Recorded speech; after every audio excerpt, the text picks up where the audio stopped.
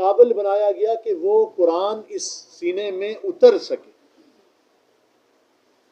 پیدا ہونے کے بعد پھر جب جوان ہوئے، پھر جب معراج پہ گئے، پھر جب نبوت ملی، تو 4 مرتبہ جبریل علیہ السلام جنت سے ایک تشت لے کر آئے سونے کا، اور اس میں دل کو نکالا، دل کو دھویا۔ اور حلیمہ سعدیہ فرماتی ہیں کہ میں نے صبح دیکھا جب بچے تھے کہ آپ کے یہاں ٹانکے لگے ہوئے تھے، تو اس دل کو دھویا گیا۔ رسول اللہ صلی اللہ علیہ وسلم کے دل میں نور سے اس کو دھویا گیا، پھر قرآن کے ڈالنے کی اور اس کو برداشت کرنے کی طاقت ہوئی۔ تو کتنی عظیم چیز! جب ابھی کائنات نہیں بنی تھی، 10,000 سال پہلے، جتنا دنیا کو بنے ہوئے ٹائم ہو گیا، اتنی کائنات سے پہلے اللہ رب العزت نے سورہ طٰہٰ اور سورہ الف لام میم سجدہ تلاوت کی۔ تو فرشتے جو حاملین عرش ہیں وہ کانپ اٹھے، تھر تھرانے لگے اور فرمانے لگے کہ خوش نصیب ہیں وہ دل جن پر یہ قرآن اترے گا، خوش نصیب ہیں وہ طوبیٰ، ان لوگوں کے لیے کیا ہی خوشخبری ہے جو زبانیں اس قرآن کو پڑھیں، کیا ہی خوبصورت کان ہوں گے جو اس قرآن کو سنیں گے۔ تو یہ اللہ کا میرے اور آپ کے اوپر احسان نہیں ہے کہ اللہ نے ہمیں قرآن سننے کی توفیق عطا فرما دی؟ کیا ہماری اوقات، ہم کیا ہیں، ہماری حیثیت کیا ہے کہ جس قرآن کو فرشتے، حدیث میں آتا ہے کہ فرشتے اس قرآن کی تلاوت نہیں کر سکتے، اللہ نے ان کو اجازت نہیں دی، پھر وہ کیا کرتے ہیں، اس قرآن کی لذت کیسے حاصل کرتے ہیں؟ تو حدیث میں ہے کہ جب حافظ پڑھتا ہے، فرشتے اپنے ہونٹ اس کے ہونٹ کے ساتھ لگاتے ہیں۔ خود اللہ نے ان کو یہ طاقت نہیں دی اس قرآن کے پڑھنے کی۔ یہ حافظ قرآن بچے کے ہونٹ کے ساتھ اپنے ہونٹ لگاتے ہیں تاکہ لذت حاصل ہو جائے۔ سبحان اللہ! کیا عظیم الشان کتاب ہم نے سنی اور ان بچوں نے پڑھی، اور کیا عجیب معجزہ ہے۔ تمام انبیاء کرام کو اللہ نے معجزے دیے، لیکن ایک وقت تک تھے، پھر ختم ہو گئے۔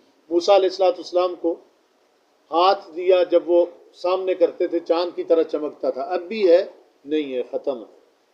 عیسیٰ علیہ السلام کو مردہ زندہ کرنے کی طاقت دی تھی، ہے؟ نہیں ہے، ختم ہے۔ موسیٰ علیہ السلام کو لاٹھی دی تھی، پھینکتے تھے سانپ بن جاتا تھا، کیا اب بھی بنتا ہے؟ نہیں، ختم ہے۔ تمام انبیاء کرام کے معجزے ان کے وقت کے ساتھ تھے، ختم ہو گئے، لیکن رسول اللہ صلی اللہ علیہ وسلم کو یہ جو معجزہ عطا فرمایا، یہ قرآن ہے، تا قیامت جاری رہے۔ ایک صحابی رسول، مجھے نام ابھی ذہن سے نکل گیا، وہ رات کو چاندنی میں، آپ چاندنی میں کہیں قرآن پڑھ کے دیکھیں، کیا عجیب لطف ہے اس کا، کیا عجیب کیفیت بنتی ہے آدمی کی۔ تو وہ چاندنی میں قرآن پڑھنے لگے تو ساتھ ان کا گھوڑا باندھا ہوا تھا، وہ گھوڑا بدکنا شروع ہو گیا، اچھلنا شروع ہو گیا۔ وہ جو ہی قرآن پڑھتے گھوڑا اچھلتا، پھر چپ ہوتے تو گھوڑا خاموش ہو جاتا۔ تنگ ہوئے بہت، صبح رسول اللہ صلی اللہ علیہ وسلم کے پاس پیش ہوئے اور کہا کہ میں اس گھوڑے کو صدقہ کرنا چاہتا ہوں، اس نے رات مجھے تلاوت نہیں کرنے دی۔ تو رسول اللہ صلی اللہ علیہ وسلم نے فرمایا کہ یہ جب آپ تلاوت کرتے تھے تو آسمان سے فرشتے اترتے تھے اس تلاوت کو سننے کے لیے، ان کو دیکھ کے گھوڑا بدکتا تھا، برداشت نہیں کر سکتا تھا۔ یہ قرآن اللہ نے مجھے اور آپ کو عطا کیے۔ کتنے یہودی ہیں جو ہم سے خوبصورت ہیں، شکل میں مالدار ہیں، ان کے مقابلے میں ہم پیسے کا تصور نہیں کر سکتے۔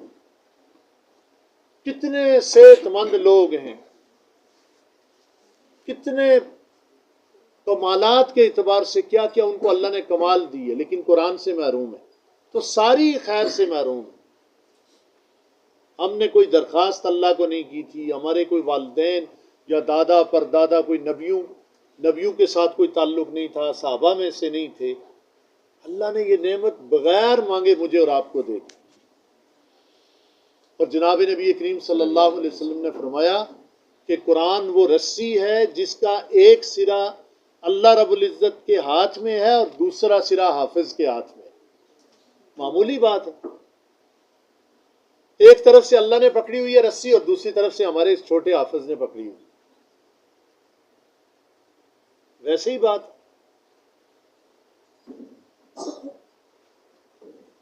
تو میرے بھائیوں بزرگوں دوستوں، یہ قابل مبارک بات ہے. اس سے بڑی مبارک نہیں ہو سکتی.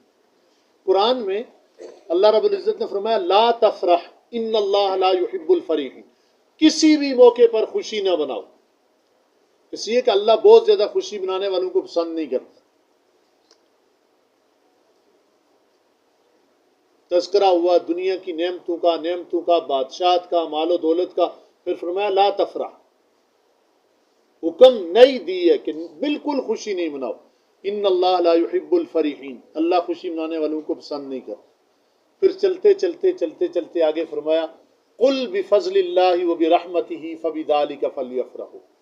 کہہ دیجئے کہ یہ اللہ کا فضل ہے، اللہ کی رحمت ہے. فبذلک فلیفرحوا، چاہیے کہ اس پر خوشی مناؤ. کس پر؟ اس فضل سے مراد یہاں قرآن ہے کہ جس کو اللہ رب العزت نے قرآن دے دیا، فَبِذَلِكَ فَلْيَفْرَحُوا، چاہیے کہ وہ خوشی منائے، وہ جشن منائے. هُوَ خَيْرٌ مِّمَّا يَجْمَعُونَ، یہ بہتر ہے اس میں سے جو تم جمع کرتے ہو. اولاد سے لے کر مال تک، کار سے لے کر کوٹھی تک، زیور سے لے کے دنیا کے خوبصورت ترین جوڑوں تک. ہوا خیر مما یجمعون، اس کی ایک صورت، اس کی ایک آیت اس سب سے بہتر ہے جو تم جمع کرتے.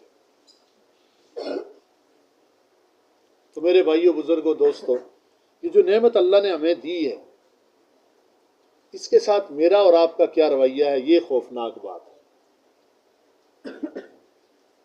الحمدللہ بہت مستحق ہیں یہ بزرگ حضرات مبارکباد کی. یقین کریں کہ ابھی اگر ہمارے پاس جو کچھ بھی ہے وہ ان کو انعام میں دیا جائے تو کم ہے.